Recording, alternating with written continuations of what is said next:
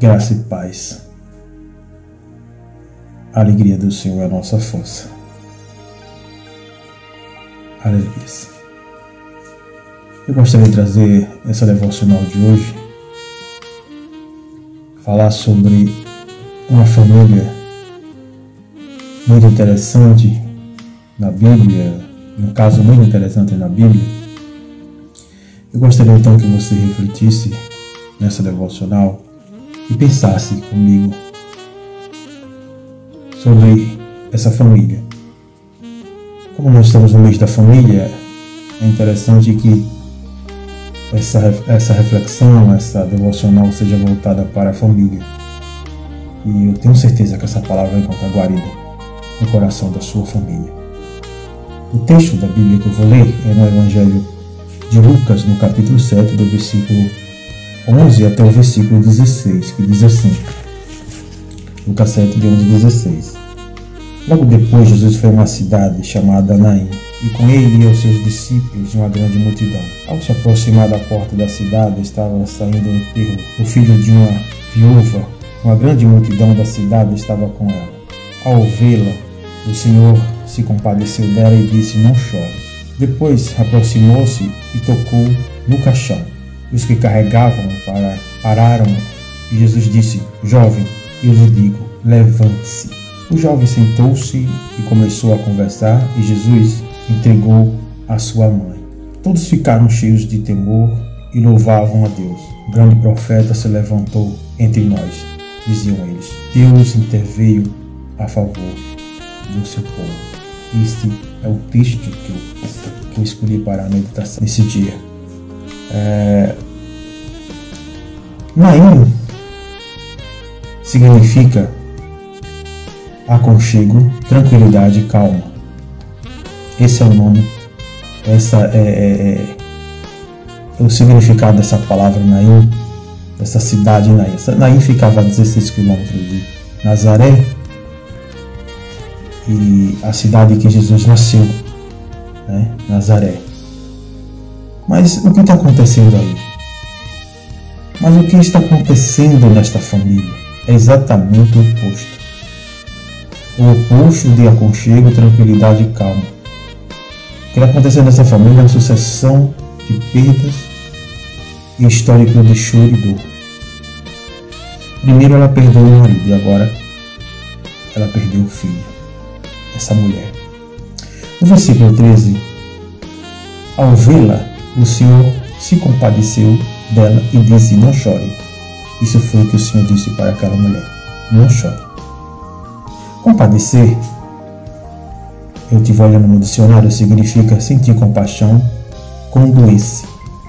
No grego, compadecer é esplanchizon zonai, que significa vísceras e entranhas. Então Jesus se compadeceu daquela mulher de forma bem profunda. Se compadeceu, como nós dizíamos no Antigo Testamento, das entranhas, né? Do mais profundo do seu íntimo. Jesus disse para essa mulher, que representava uma família, na verdade, em pedaços, em cacos, o seu choro chegou ao fim. O que Jesus disse para ela? Não chore. No verso 14, Jesus traz a vida e a alegria de novo a essa família, quando ele ressuscita aquele jovem ali, quando ele para aquele enterro. Jesus restitui a felicidade dessa mãe nesse momento, restitui a felicidade dessa família que vinha de um histórico de perdas, como eu já falei.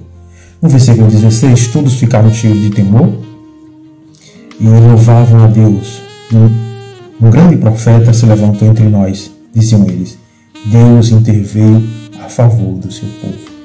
Que coisa maravilhosa saber que Deus intervém na vida do seu povo, na vida das famílias.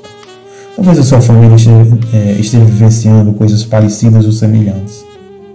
Talvez, eu não sei. Mas pode estar vivenciando coisas parecidas ou semelhantes. Você já está sepultando, talvez, alguns sonhos e alguns projetos que você tinha, e você não vê mais nenhuma perspectiva. Você não tem mais perspectiva na sua família. Tantas coisas têm acontecido, problemas financeiros, problemas na área da saúde, enfermidades na sua família, são os boletos que não param de chegar, não é? Então, talvez isso para você você está começando a sepultar os seus sonhos, os seus projetos.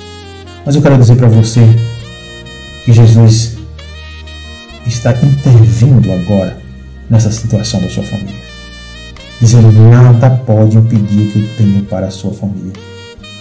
Como Jesus disse para aquela mulher ali, aquela viúva de Naim, que representava aquela família em pedaços: volte a sorrir, pare de chorar, eu estou contigo. É isso que Jesus está dizendo para a sua família, é isso que Jesus está dizendo para você.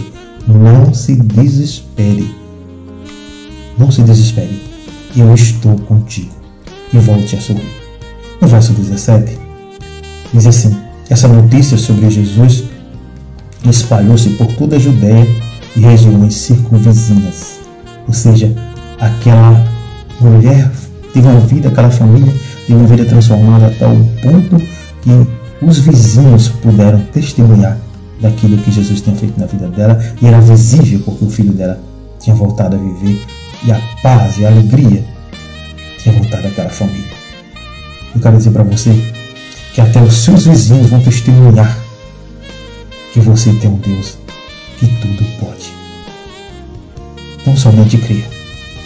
O que Deus vai fazer na sua família, o que Deus tem para fazer na vida da sua família, pode ter certeza que até os vizinhos vão testemunhar e glorificar o nome do Senhor com aquilo que Ele vai fazer na sua família. Então, que Deus te abençoe, que Jesus abençoe ricamente a sua família. E eu quero crer que essa palavra vai encontrar guarida na sua casa, na sua família, nesse dia, em nome de Jesus. Amém.